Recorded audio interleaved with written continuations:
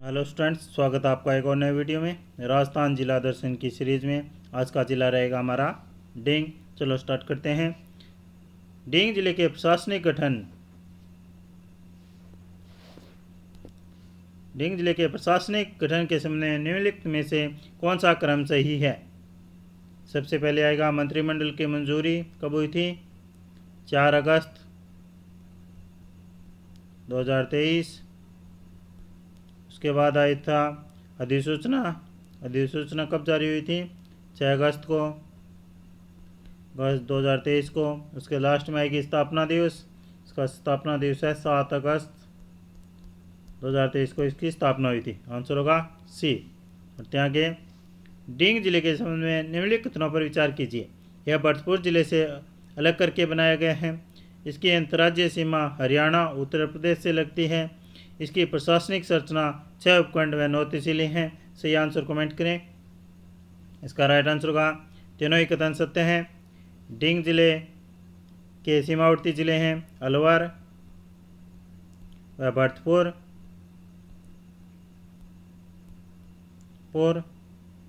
इसका डींग जिले का अन्य उपनाम है। इन्हें जल महलों की नगरी भी कहा जाता है तथा फुहारों का शहर भी डींग को कहा जाता है। बढ़ते आगे। निम्नलिखित में से कौन सा डींग जिले का सही प्रशासनिक युग्म है? आंसर कमेंट करें। प्रथम जिला कलेक्टर कौन थे? प्रथम जिला कलेक्टर थे शरद मेहता। प्रथम एसपी थे वज्र ज्योति जोशी तो उसके उद्घाटन करता थे विश्वेंद्र सिंह, तत्कालीन पर्यटन मंत्री। तो इसका प्रथम कलेक्टर थे शरद मेहता। आंसर होगा सी। बढ़ते हैं आगे। डींग जिले के निम्नलिखित में से कौन सा उपखंड नहीं है? डींग जिले में 6 उपखंड हैं। कौन कौन से हैं? डींग, कुम्हेर, नगर, सीकरी, कामा व पहाड़ी। इसका राइट आंसर होगा सी, जनुथर इसकी तहसील है न कि उपखंड। बढ़ते आगे। निम्न में से कौन सा तहसील उपखंड संबंध सही है? इसका राइट आंसर हो जाएगा सीकरी तहसील व उपखंड दोनों है। बढ़ते आगे। डींग के पंचगौरव के संबंध में निम्नलिखित में से कौन सा युग्म असंगत है? फसल, सरसों है। पारंपरिक खेल की यहाँ का क्या है? कबड्डी नहीं, कुश्ती है। पर्यटन स्थल डींग के जल महल। वनस्पति है यहाँ की अर्जुन वृक्ष। फसल है सरसों।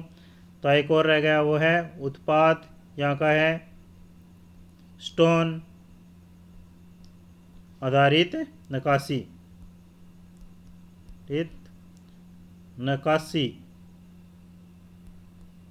सी या उत्पाद। बढ़ते आगे। डींग के पंचगौरव के उत्पाद के रूप में किसे शामिल किया गया है?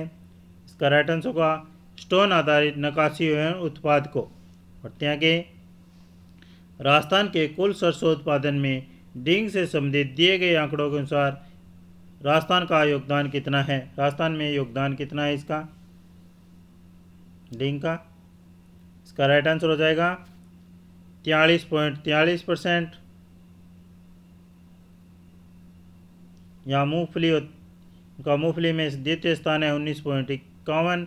चना, कुल धान और सोयाबीन में तृतीय स्थान है डींग का। बढ़ते आगे।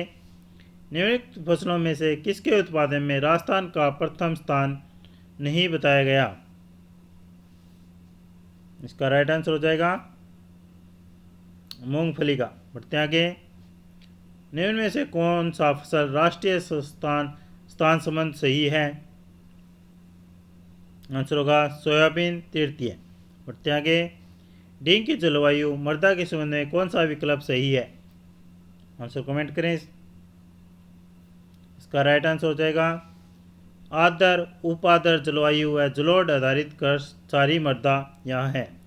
डिंग की जलवायु की बात करें तो कोफेन के अनुसार यह CWG के अंतर्गत आता है तथा वेट के अनुसार DAW तथा वार्थों के अनुसार यह CAW में आता है। बढ़ते आगे, डिंग के लिए दिए गए कोपेन जलवायु वर्गीकरण का सही संकेत कौन सा है? कोपेन का होगा CWG। बढ़ते आगे, रूपाले नदी के संबंध में निम्नलिखित कथनों पर विचार कीजिए। इसका उद्गम उदयनाथ की पहाड़ियों से होता है। यह अलवर से डिंग होते हुए भरतपुर की ओर बहती है। इसे लसवारी बराह नदी भी कहा जाता है। सीकुट का चयन करें।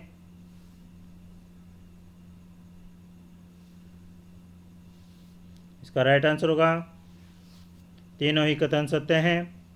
रूपाले नदी पर डिंग जिले में सीकरी बांध है, बांध भी बना हुआ है। बढ़ते आगे, निम्न में से कौन सा बांध स्थान सही युग्म है? सीकरी बांध, डिंग, रूपाले। आंसर होगा ए। बढ़ते आगे, मोती झील के संबंध में निम्न में से कौन सा कथन सही है? आंसर कमेंट करें। इसका राइट आंसर होगा बी, यह भरतपुर में रूपाले नदी के जल से पोषित है। बढ़ते आगे, गुड़गांव नहर परियोजना के संबंध में निम्नलिखित में से कौन सा कथन गलत है? इसे यमुना लिंक परियोजना से जोड़ा गया है। इसका स्रोत ओखरा बैराज है।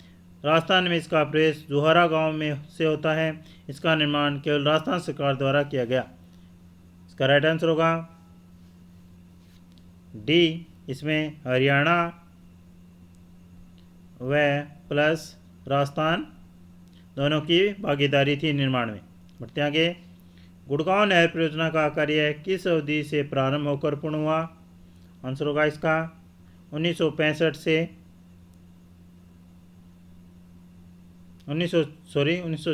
1985 बी। बढ़ते आगे, गुड़गांव नहर परियोजना से डिंग और भरतपुर के लगभग कितने गांव लाभान्वित बताए गए हैं? इसका राइट आंसर होगा 185 गांव। बढ़ते आगे, डिंग किले के निर्माण के संबंध में कौन सा विकल्प सही है? इसका राइट आंसर हो जाएगा, इसका निर्माण महाराजा बदन सिंह द्वारा 1756 से 1763 ईस्वी के मध्य कराया गया था। इसे विस्तृत व भव्य स्वरूप किसने प्रदान किया था? महाराजा सूरजमल द्वारा इसे विस्तृत व भव्य स्वरूप प्रदान किया गया था। इसका निर्माण, डिंग जिले का निर्माण मुगल राजपूत शैली में किया गया है तथा यह चार बाग पत्ती पर आधारित है। बढ़ते आगे, डिंग जल महलों के संबंध में निम्न कथनों पर विचार कीजिए। इसका निर्माण की शुरुआत महाराजा बदन सिंह से संबंधित है। भव्य विस्तृत स्वरूप महाराजा सूरजमल ने दिया था। इसकी स्थापत्य शैली मुगल राजपूत समन्वय को दर्शाती है। इस उद्यान का 4 बाग पत्ती पर आधारित है। आंसर कमेंट करें।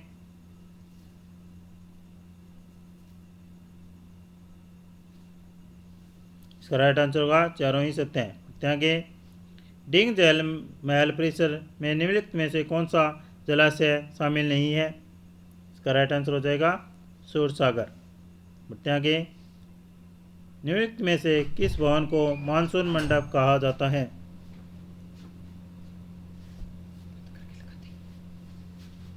केशव भवन को। निम्नलिखित में से कौन सा भवन विशेषता युग्म से ही सम्मिलित नहीं है? तो ऑप्शन गोपाल भवन सबसे विशाल महल है। सूरज भवन संगमर एवं बलुआ पत्थर की पिचकारी। केशव भवन मानसून मंडप। सावन भादव भवन संगमर का ग्रीष्मकालीन शाही आवास। इसका राइट आंसर होगा डी, सम्मिलित नहीं है।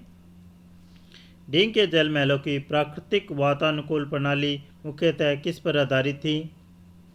इसका राइट आंसर हो जाएगा बी, फुहारों और नहरों के जल अभियांत्रिक तंत्र पर। खांडेराव होलकर की छतरी किस ऐतिहासिक घटना से संबंधित है? इसका राइट आंसर होगा कुमेर युद्ध घेराबंदी से। आगे, बम रसिया के संबंध में निम्नलिखित में से कौन सा कथन सही नहीं है? इसका संबंध डींग, भरतपुर और अलवर क्षेत्र से है। इसमें विशाल नगाड़े को बम कहा जाता है। गाए जाने वाले गीतों को रसिया कहा जाता है। यह मुख्यतः महिला द्वारा किया जाने वाला शास्त्रीय नृत्य है। इसका राइट आंसर होगा डी, यह मुख्यतः पुरुषों द्वारा किया जाने वाला नृत्य है। आगे, चरकुला नृत्य की सबसे विशेषता क्या है?